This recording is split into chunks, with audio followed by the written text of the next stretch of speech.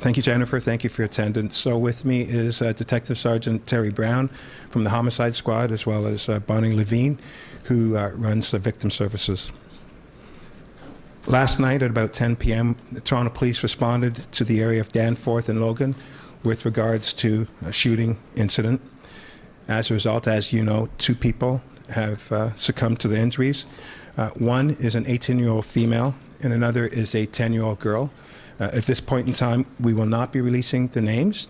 However, later on, we definitely will be. 13 other victims ranging in the age from 10 to 59 years old are being treated in the hospital.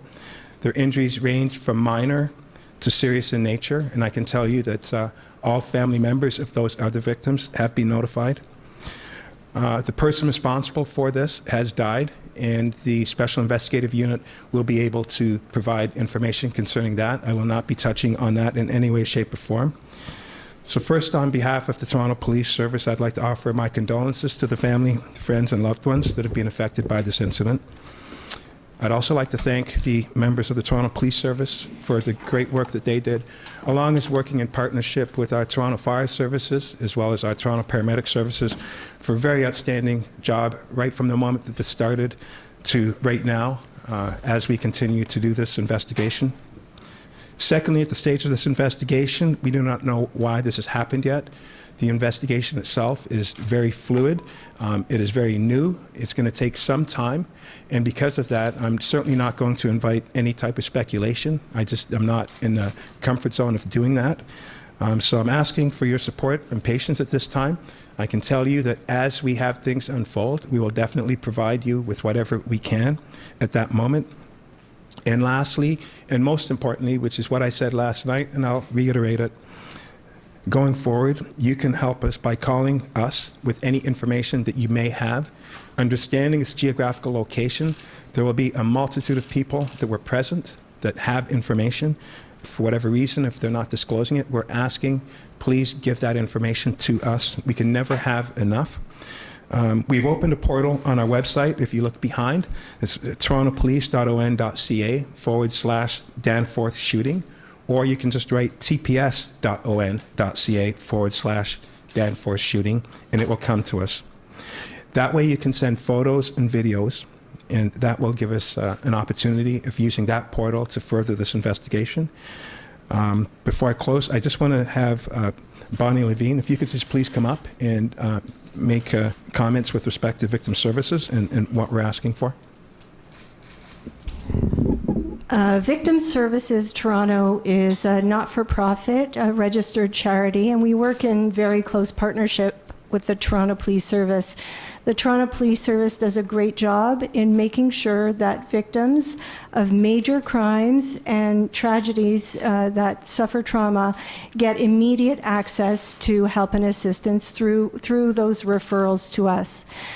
But you don't have to be in touch with the Toronto Police to access our services. We provide short-term crisis intervention and assessment services where we assess people's needs and we provide practical assistance, as well as referral to longer-term services that people may need in the community. We know that these events have far-ranging effects. We know that not only the people who were at the Danforth and in the shops and those who were injured and families of those who are deceased are affected, but it's also re-triggering for anyone who was at the April 23rd van attack. And these situations really can compound the trauma.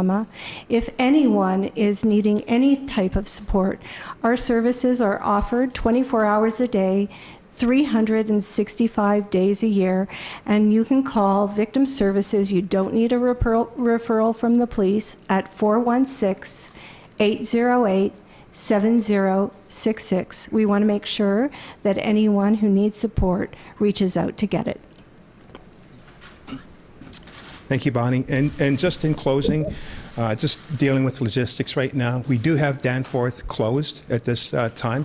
It is going to be some time before we release it, but I just want everyone to be aware that we are doing absolutely everything that we possibly can to release that scene having understanding that the most important thing is that we capture all the evidence that is necessary with regards to finding out all of the answers to all of the questions. But rest assured, it is a priority for us to release the scene, to allow Danforth to open up again, and to be open for business, and to have traffic flow and all those other things that have affected the community, so that we can get things back and restored to where they are.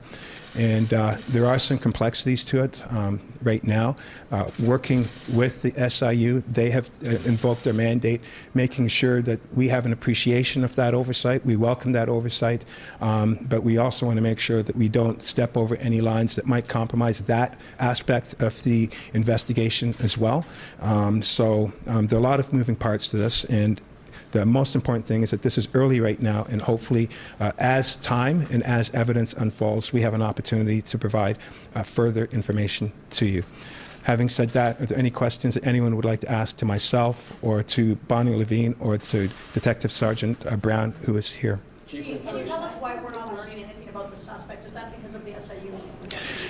Yes, SIU has invoked the mandate. They have to conduct an investigation. By law, there are things that I can and cannot say, and I respect the oversight. I welcome the oversight, and I want to make sure that it is done by the numbers.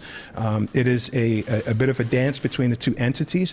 We've got the substantive murder investigations plus the shootings, and so there has to be some work in concert, realizing that I've got so many boots on the ground, looking at capturing the video evidence, which will help give us a bigger snapshot of the how things happened, but also appreciating the fact that, you know, our officers were in contact with the suspect at some point in time, respecting that, making sure that we don't compromise anything investigatively from that perspective. So the relationship between the suspect and the police is what they'll be investigating to look for anything from that and how that transpires. So it's important for me to make sure that I'm complete arm's length from that aspect of it, and ensuring that the homicide investigation, all the other substantive charges are fully investigated. So we're doing our best to make sure that both are equally respected and both given a proper consideration. Chief Saunders. Yes. To get some clarification about those numbers, yesterday you were told 14 people shot, and then it is adding on a suspect to that, those numbers are 14. So you said 2 dead now plus 13 other victims, and so in that 13, are you including the suspect, or do we have an additional victim? Okay. I'll give the numbers because they are a little bit convoluted for me. So if I'm going to talk about anyone that was struck with a bullet projectile, in total, 16.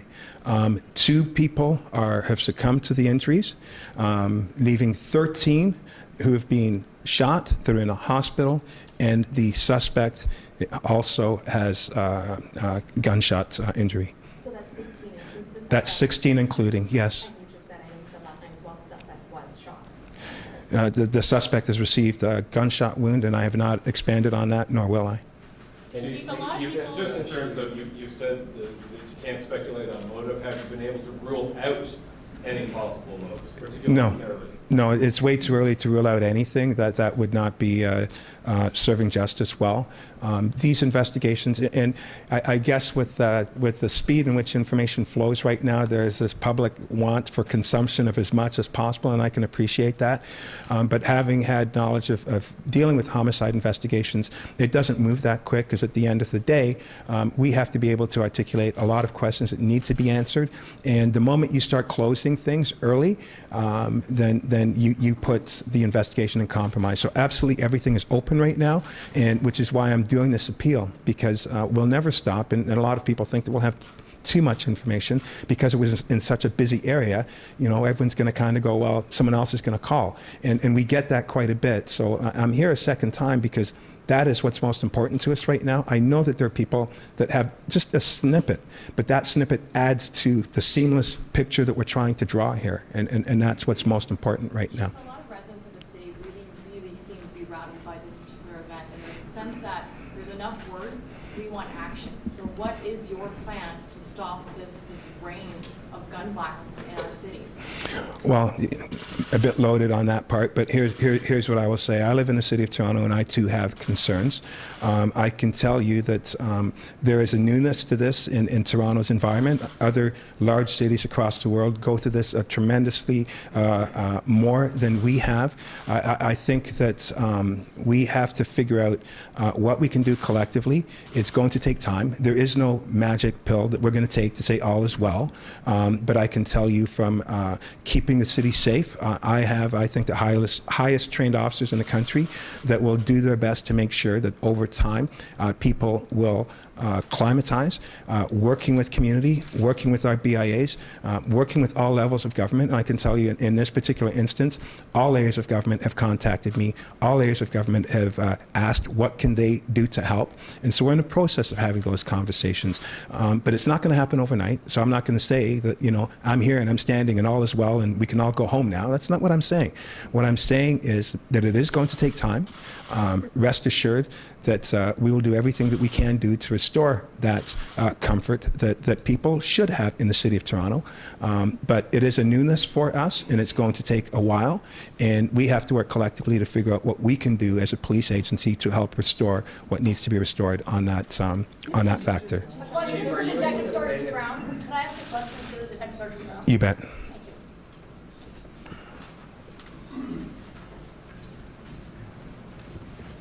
Good afternoon.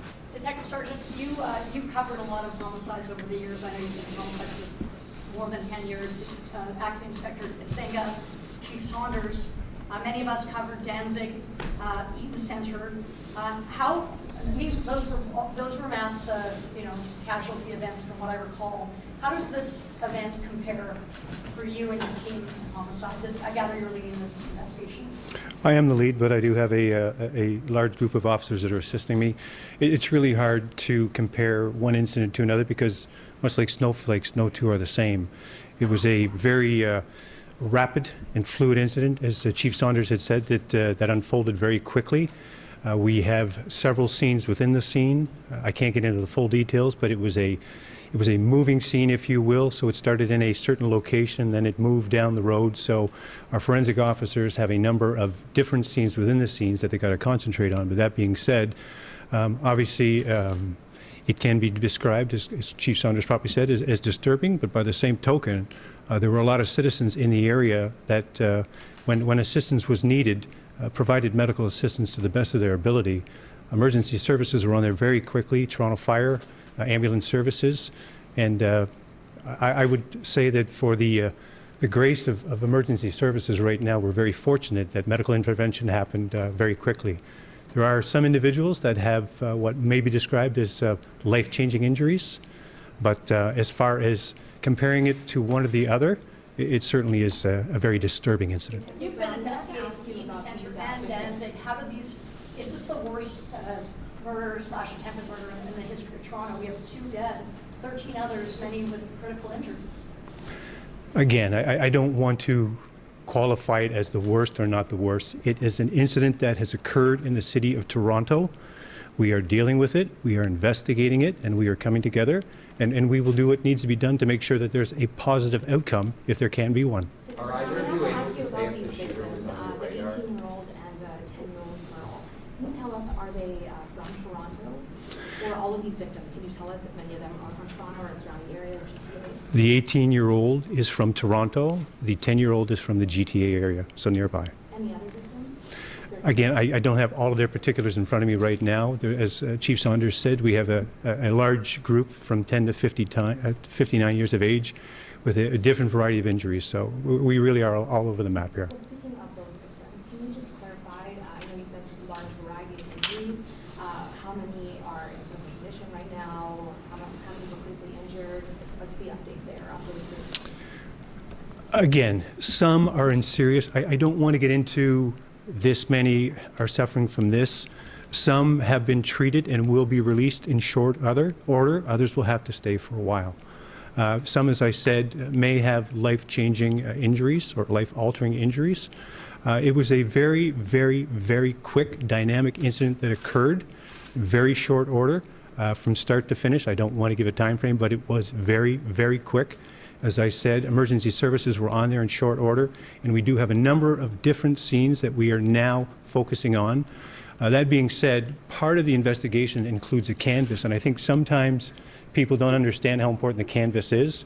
So we will have uniformed officers canvassing the immediate area, both north and south of Danforth in the immediate location. So if they knock on your door, or you get a piece of paper that says, you weren't here, please contact us. Please contact us. There are so many unknown answers to questions that we have right now that we have to try and answer to the best of our ability. But most importantly and lastly, I cannot comment on this very much because the SIU has invoked their mandate. That being said, we have a duty to make sure that we conduct a complete investigation to make sure that we have as many answers as possible, number one, and to find out whether in fact there may or may not be other people involved in this. Sergeant, there are 2 women here who are dead. Was this an attack on women? Again, I can't speak to what was in this individual's mind. We'll certainly dissect everything. We're going into the background of this individual. I can tell you right now that as we speak, we are seeking judicial authorization to execute a search warrant in relation to the person that's now been arrested. I can't get into what may or may not come of that, but that's one of the things we're getting right now is authorization to search the residence. When you say that there's 10-year-old victim, the one that's died, but then you said the ages were 10 to 59, how brazen is this? And can you also tell us if it was all in one location, like one establishment, outside, inside, where the shooting took place? And also, as I said, the fact that the victims are so young, some of them in this case, how concerning is that? Well, I don't want to sound glib, but when someone says how brazen is this, I think that's a quasi-rhetorical question. I think all of us as members of this community are shocked and alarmed, and should be, that this has occurred. That being said, the chief is quite proper in what he stated. We have control of the city. This is an incident that has occurred. It's a tragic incident. There are many, many, many moving parts and victims to this incident, but we will get through this. But what we need right now, we need the assistance of anyone that lived in the area that may have any video that we don't have so far, if you can upload it. And if you heard or saw anything in relation to this incident around 10 o'clock last night, don't assume that we already have that information, because we're going to need that information to complete our investigation. Now, I'm not sure what the role is of the SIU with regards to releasing this individual's name. I can't do that. I'm not allowed to do that, and so I won't do that. That being said, we are going to look into the background of that individual. I'm quite certain that there will be a frenzy on social media about speculation about who this person is and what they belong to. I ask you to be cautious. We're at the very, very early stages, and we will conduct a thorough and complete investigation. So I thank you for your patience. I thank you for your attendance, but there's not a whole lot more I can comment on this active investigation. Sir, when you say what this man belongs to, are you referring to perhaps the incel? I'll close it up. Go ahead. Okay, thanks.